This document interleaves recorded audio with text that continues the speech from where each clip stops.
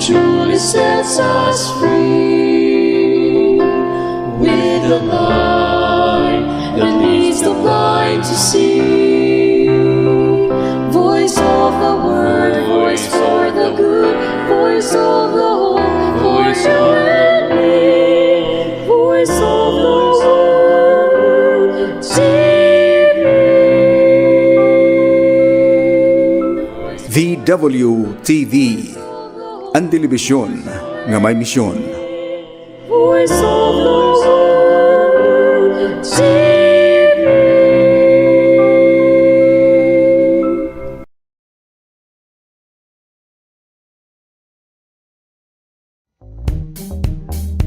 VW Conversations. It's about people. It's about issues. It's about us. VW Conversations. Usahang katungod, usahang kinahanglanon. Pag-iristorya ita ang kinahanglan pag-iristorya. VW Conversations.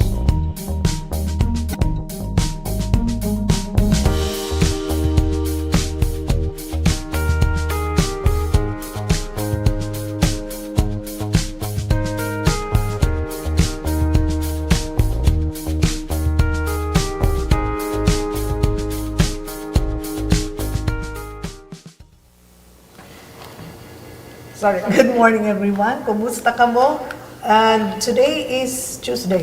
Today is Tuesday and the first day of July. Diba? My goodness. Kuana, it's been like 6 months.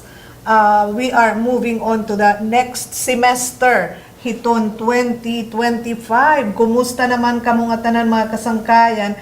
And I would like to think nga yan na naman ay itong first day of classes didi naman ha Eastern Summer State University, no, if I am not mistaken. So July, sana okay ka lang, no, sana okay ka la para naman ha amon nga tanan. May ako kasi something about July, personally, no, may ako something about July, didahin kalabay nga mga tuig. July was not a very good month, no, especially for my family. It was July han namatayan ang tatay, and then the next year it was July han nagkasakit anak nanay. So parang mga sugad nga nihin, I don't know, hindi naman tayo naniniwala sa mga pamahiin. Sometimes I don't know, is it coincidence or what, but these are things that, you know, make us dread July. Kung pwede la lumaktaw hiton July, dumiretso na kita ngadto hiton ibang nga bulan. But anyway, importante na lang nga nangangadi kita pirmi. And we hope that July is going to be a good month, no, for all of us. Damo kasi magpapatron basta July, sige-sige iton mga preparations, no, dinhi ha Borongan, mga magkaiba-iba nga mga municipalities magpapatron hira. So for some people, July is napaka-maupay nga July. Napaka-maupay nga bulan. But ambot daman dito naman ha Manila, parang ang July is not daman ura-ura ka maupay nga bulan. Dara kay tag-uran man good ini, no? Siguro ko nakakabasa kita hiton aton mga balita yan na sobra talaga iton ka sobra talaga iton uuran, baha, makalilisang, no, sa asya ini iton sa daman hiton mga rason diri damit na ron giton July because it is rainy season dito ha, especially in Luzon, no. And of course yan na naman nga July, we are also celebrating the nutrition month, no. So daman ini natin mga reminders, especially nga dahito nato mga local government units to check no iton sitwasyon hiton aton mga kabataan, no, especially. Anyway, before Anything else, may ada kasi hini low pressure area. Actually, mga kuan ini, it is in Luzon, no? Mga in the vicinity of Infanta, Quezon. So, it's going to be rainy there. Pero hikita naman, nakaka-experience kita hiton mga epekto hiton southwest monsoon. I think southwest monsoon is habagat. Sanglit, nasa ring iton pag-asa nga today we might be experiencing mga maaron, may mga pag-uran, epekto naman ini hiton nga southwest monsoon. And in some areas, nga na kusog-kusog iton uuran, may ada naman gihapon mga possibilities hin mga pagbaha, no? So anyway, you might be notice nga may dili ko empty chair. I was supposed to be with Sir Abner Aclaw. I'm still waiting for him bangin maliha dumatong, but I understand kasi we set this in hininga schedule. Mangungumusta kita kan Sir Abner because it's been 1 week tikanghan magkabalik kan aton mga kabataan. 1 week ba? Eskwelahan, no? 1 or 2 weeks, whatever, bastahan 16, no? So, kareglaan natin mangumusta, and then, ano iton aton mga problema nga naka-inkwentro, di na naman han pag-aabri iton aton klase, and then reminders, especially for parents, mayada ba kita bago nga mga igimpapatuman, nga mga patakaran, whatever, di na naman ito natin Department of Education, but, you know, nagkita pa kami actually kay Sir Abner Kakulop, but I think bangin napiraw kay nag-MC ada ini Sir Abner, I don't know kung may ada nira alumni kuan ba ka gabi dito naman ha sulat, no? Nag-MC kasi Sir dito naman ha sulat, but you know, kung di man tayo matuloy, we will be rescheduling. We understand naman hiton sitwasyon, no? Mga tabo, mga nalilibang, that is why okay lang, no?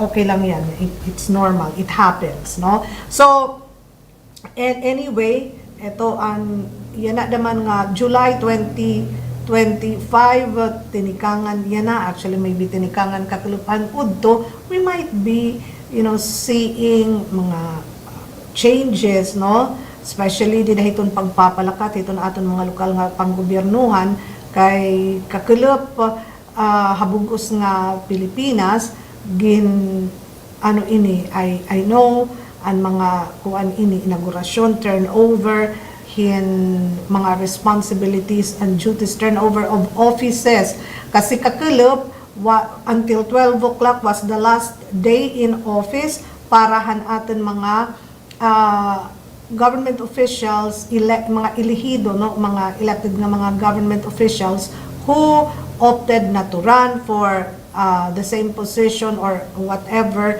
or they lost, di na naman na nakalabay nga eleksyon. So until yesterday nala, noon time, an era term, and then after that, nag-assume na natin mga bago nga mga opisyalis, bago or re-elected, nag-assume na hira kakulop. So that would be another 3 years.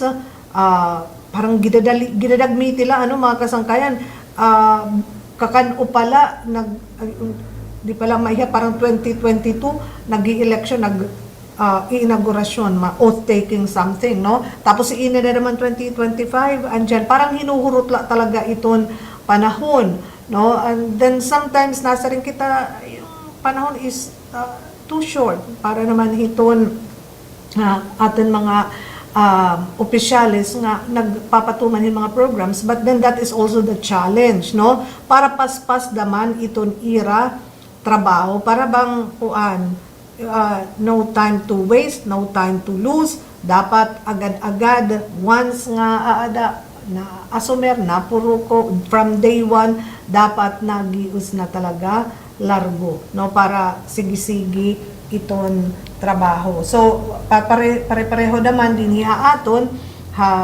Eastern Samar yesterday oath taking and turn over an office and office of the governor from Governor Ben Ibardone to Governor R.V. Ibardone, and an atong gihapon congressman, no, he took his oath, Congressman Shin Gonzales of the Lone District of Eastern Samar, and then Vice Governor Maricar Gutisan. Kahuman-an na napulo natin nga bag-o nga mga miyembros hiton sangguniang panlalawigan for the first and second districts, and they also had their inaugural session kakulog. Anato naman iba nga yung atong mga mayors nag oath taking hira, I think didapahan nakalabay nga mga adlaw. So now it is back to work. Padayon hiton mga programs for those who were re-elected.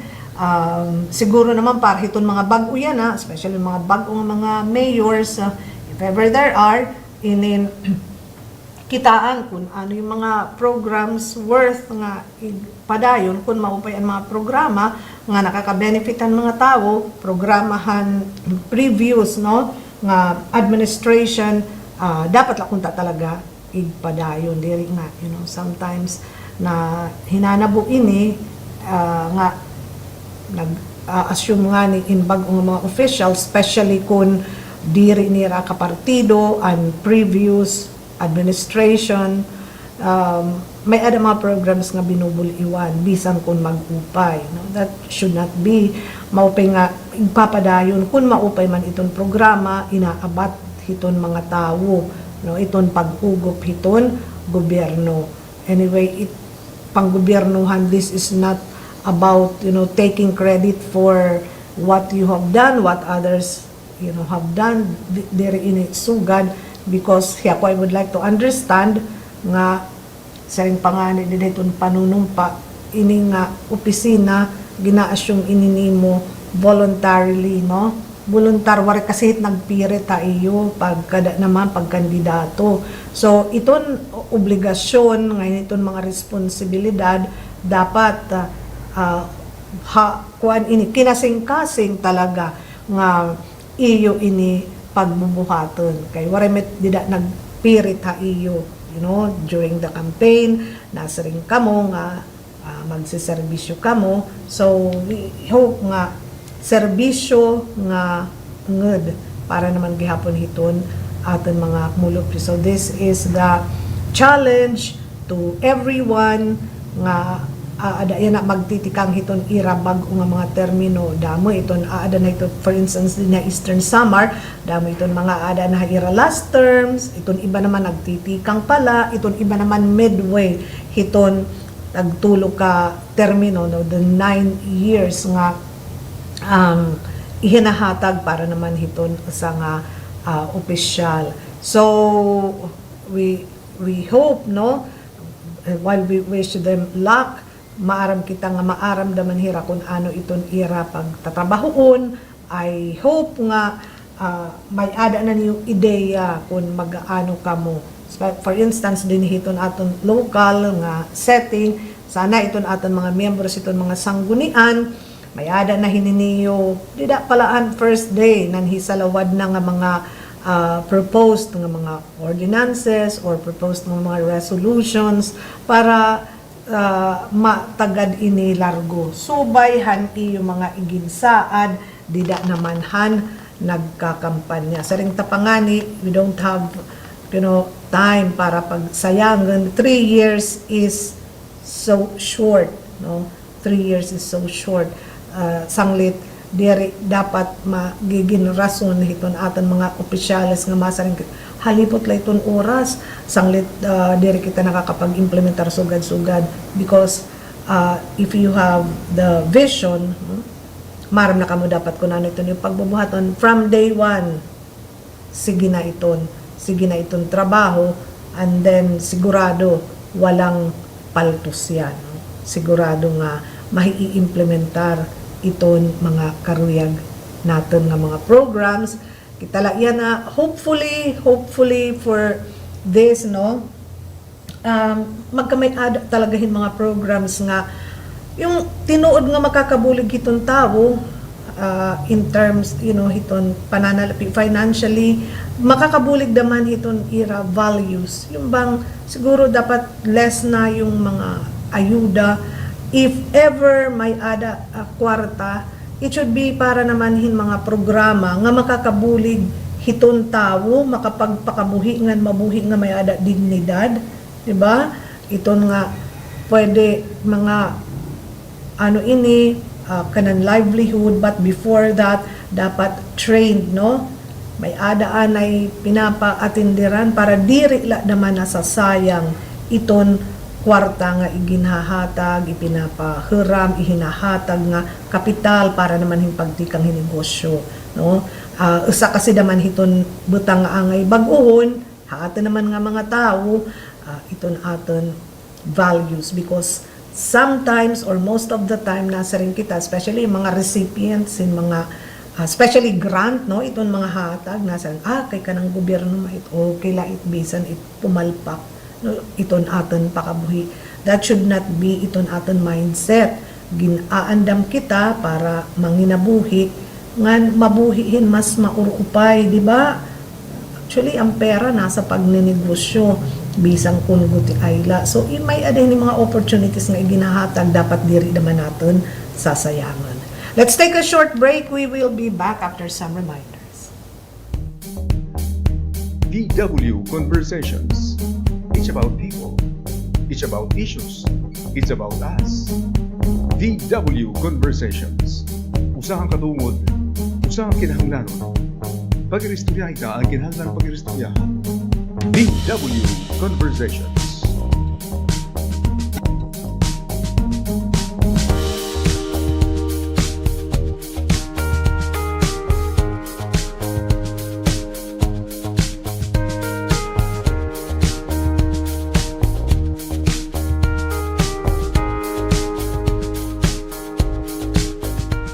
Pamalandong iunongahan kalibungan o ecology ni Pope Francis di dahil encyclical nga gingaranan Laudato Si nagsiring ang krisis sa kalibungan usa nga panawagan ngadto hin pagbag-o hin kinabuhi. Ang tanan nagikinahanglan hin ecological conversion o pagbag-ohan aton relasyon ha kalibungan diinan aton pagkilala kan Jesucristo aton igin papahayag di dahan aton pagtimangno han kalibungan. Mga pulong ni Pope Francis, ikang Laudato Si, numero 217.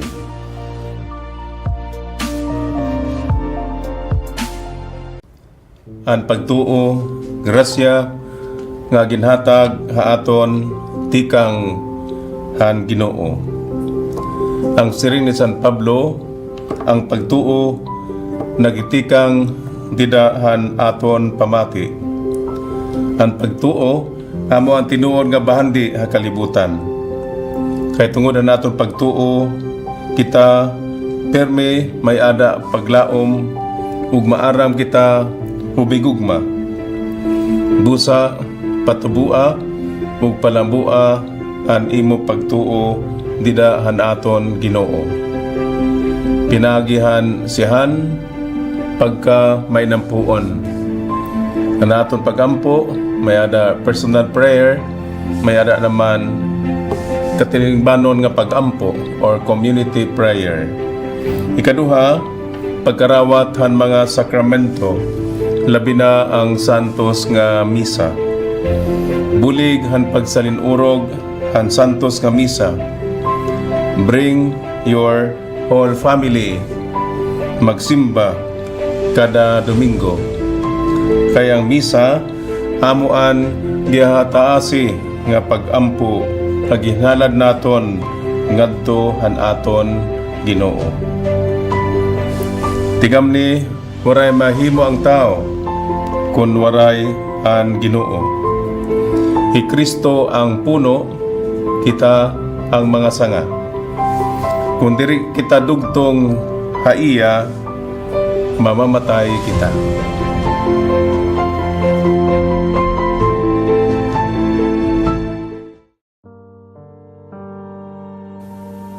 May ada mga kabataan, mga batanon, nga tinatabangan na iton kinabuhi. Damo a ira, iton may ada na babarakan, unahadlukan. May ada naman na diri na nga ni hinkabuhi.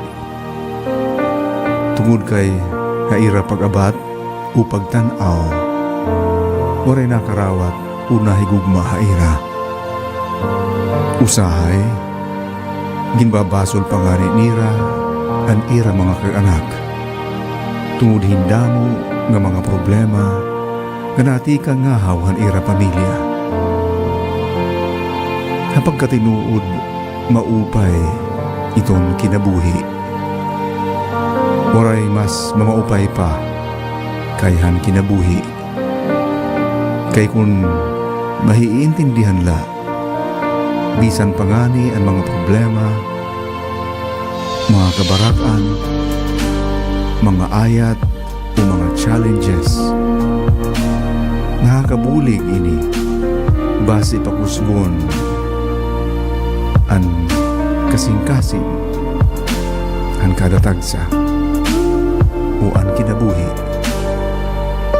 An batanon nga nadiri o nga diri na agihin kakurian, natitigurang nga maluya, malubay, oray kusog, ug diri nagiging malipayon. Sanglit ayaw igraot hinbuot kung usahay naagi hindamo nga mga pagsubok han imo kinabuhi.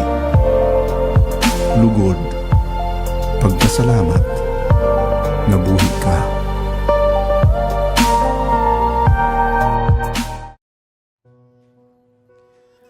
Ito ang abortion, dako nga kasalanan.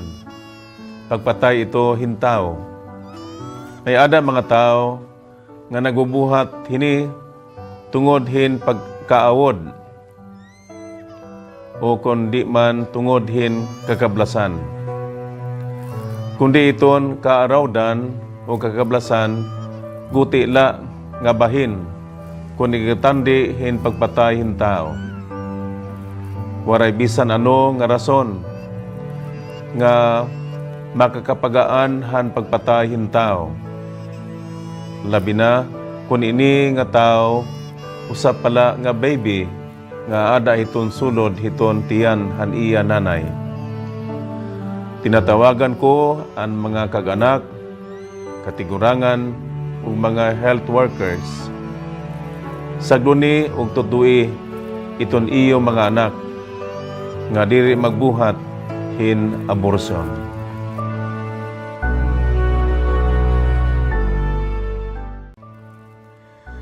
Igpapaambit ko ha iyo ang ginsiring ni Pope Francis. Kay ano nga magsimba ka kung ang mga parupaningba nga tanan man magpagkasasala. Agsubta ini bation. Hapang tinuod ang pagsarinurog han misa diri nangahulugan nga waray niya kasalanan o nga maupay hiya kayan han iba. Lugod, nakarawat hiya nga nagkinahanglan hiya hin pagbag-o han iya kinabuhi. Ngaran kaluoy ug pasaylo han Dios nga nahimo nga tao tidak kang Kristo. Kunin usa nga tao naabat nga diri nanginanglan han kaluoy han Dios ug iton iya kasiring nga diri hiya makasasala, mas mamaupay pa nga diri nalahiya sumingba. Nasimba kita tungod kay magpakasasala kita ug nang kinahanglan kita kumarawat han pasaylo han Dios. Kinahanglan naton makiusa didahan buhat han pagtalwas ni Kristo, didahan iya pasaylo.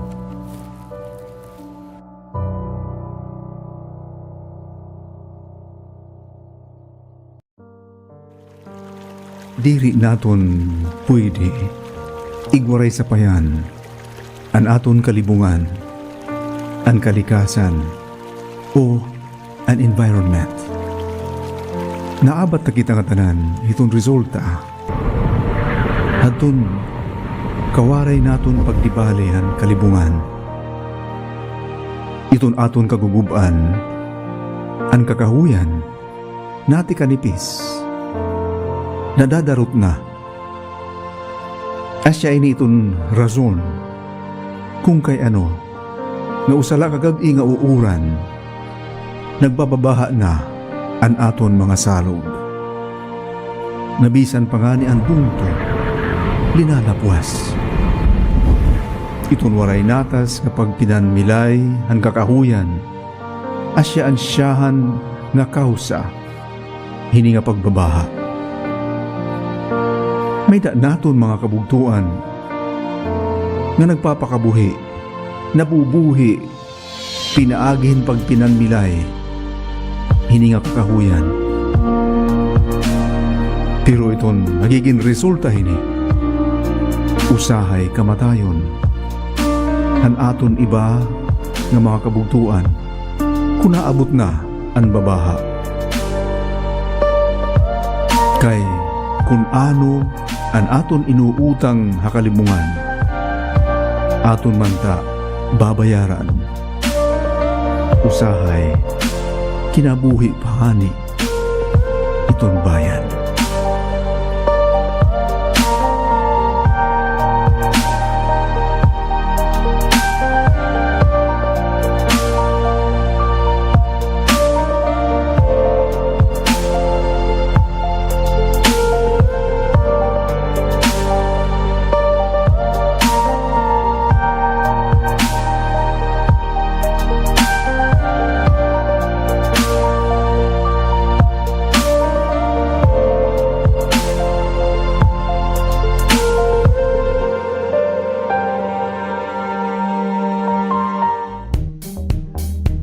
VW Conversations.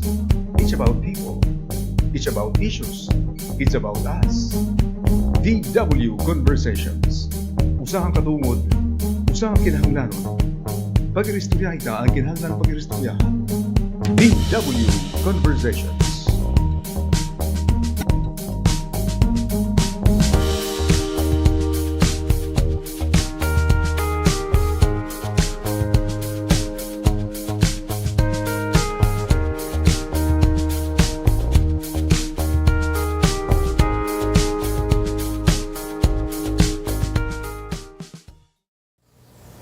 And we are back on VW Conversations, July 1, 2025. Kung pareho nga hinurot ang anong kabulan, I am very sure. So, gadaman ini kang magiging madagmit ini nga bulan hiton Hulyo. Before we know it, manadaman itong 2025, 2026, haroy talaga ginadagmit nila. Anyway, kakulop, sarang ko pangani kang ninagin buhat an oath-taking, an inauguration, han pipira nga mga opisyalis din nga Eastern Samar. Una na hini ang aton bagong nga gobernador, Governor R.V. Ibardone, who in the history of Eastern Samar is the youngest governor, no? And then Congressman Shin Gonzales nag-take oath gihapon, Governor Maricar Gutisan, nganhan aton mga board members, didahan first and second districts, no? So, didahan iya hini pamahayag, didahan iya inaugural speech, no? Iginlatag ni Governor R.V. ang mga magiging priority hiton iya panggobernuhan, no? Very specific iton pagpatuman hin mga programs nga makakabulig para umursa iton ekonomiya hiton probinsya. And I think usa na hini would be iton modernization hiton aton agrikultura, because basically damo hiton aton mga tao dinhi in mga farmers. So maram kamo nga asya na ini iton didahan tikang pa nakalabay nga mga tuig nga nasa ring iton aton mga nag-uuma talaga nga kinukurian hira, especially hiton nga nagtatanom hiton humay, kay especially dida hiton pagtatanom na kikinahanglan kita tindam nga mga tao kay anaton pagtanom an kanan kinaunahan pa mano-mano. So you need people to do that for you, especially ngin haluag iton imogin tatanuman kahaman nga dahiton pag harvest asya da mainiya na naging problema kay damo talaga ang mga nareklamo waray nira kabulig dida naman hampag harvest waray naman nasatik no sanglit kun hadanay nagmahanalahan ano ini hanag tatanong mismo hiya pa ang nag-harvest takay danay isa or duhala haluag ngani makuri maiha an pag inani han humay so darakay damo na nga ni iniabot damo naman itong mga tao nga kung ano itong era nare-receive nga ayuda itinatapod na nila okay na sa kanila yun that's why hikita siya nga ni itong atong ginsisiniring we have this nakakarawat natin nga mga ayuda supplement ini kunta dapat hiton aton ungod nga pagpakabuhi kasi para diri nala damang kunta kita makukontento kung ano iton may ada ito na hinanabo kasi na depende nala hiton nga kinakarawat natin nga mga ayuda sanglit nakukontento nala kita kung ano iton may da diri nalugod kita nagtatalinguha nga makapagpakabuhi pa para mas magtikadamo iton aton mga rekurso. Magtikadamo tat kwarta kay asya main it gintuturoy hiton nga tanan nga mga tao pag taga kwarta. Anyway, so importante iton modernization iton aton agrikultura. Kay mga di makina na nga itong gagamitan bis na damahit di magpinanatik itong mga tao if you have these harvesters no ang nga tanan nga mga moderno nga mga makina nga ginagamit dito itong ibang nga mga rice producing provinces then that would be okay no mas mahataas pa siguro itong yield hiton aton mga tanuman no so and then yung isa pa is really the challenge kung uunanhon nga magkamay-ada makatagamtam kita himbarato nga elektrisidad, serbisyo elektrisidad sugad man actually usahan mga iginlunsad kapilot amo iton kapitolyo sa barangay no pag butang ini maybe a desk no dito iton mga barangays nga para may ada direkta nga link iton aton mga tao nga da naman hiton pamunuan di naman ha probinsya that you need not go to the capital, you need not travel diri na kinahanglan nga mamamasahe pa if you want to raise your concerns nga di naman hiton aton provincial government. So we have this kapitolyo sa barangay no kung paano yung operationalization hini siguro that would be one hiton aton pa mga ipapakiana. So may ada hini mga ginlatag ni Governor RV no eto na yung una iton nga kapitolyo sa barangay kun diin magkakamay-ada hin opisina or maybe sa rin ko pangani desk no iton kapitolyo which will be manned by someone nga madali maduduog iton mga tao especially kung may ada nira mga concerns ano iton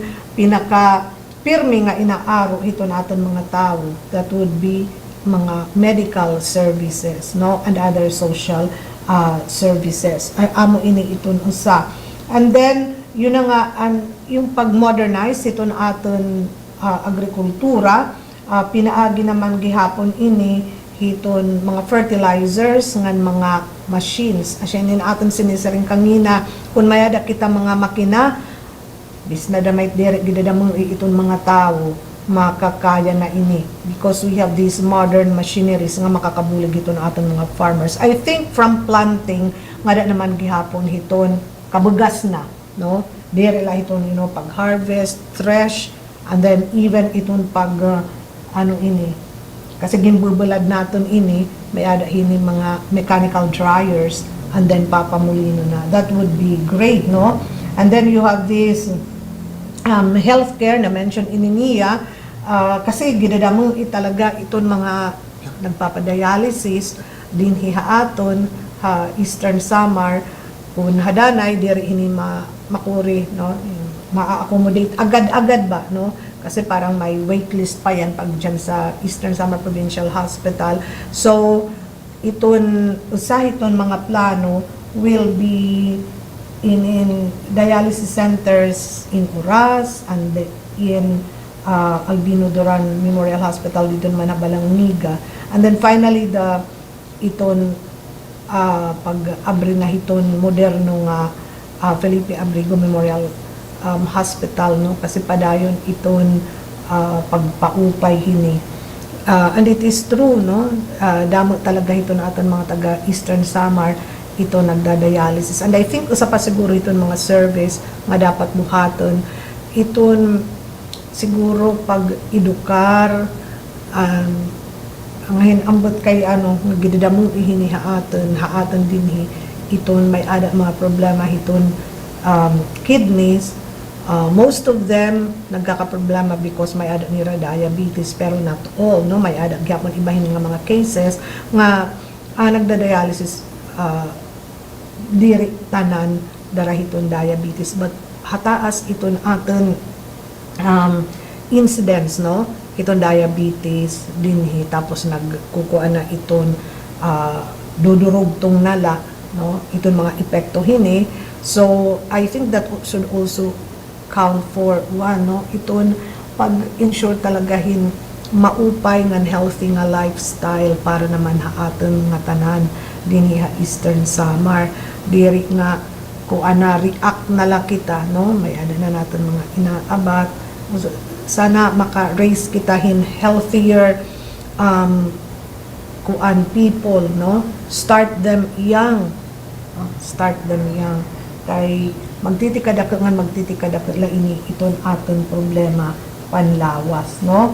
And then sa rin pa ni Governor RV i-revitalize niya itong mobile clinic and yung konsulta, no, i-konsulta wherein we can consult itong doctors kung diri man kita makakakadto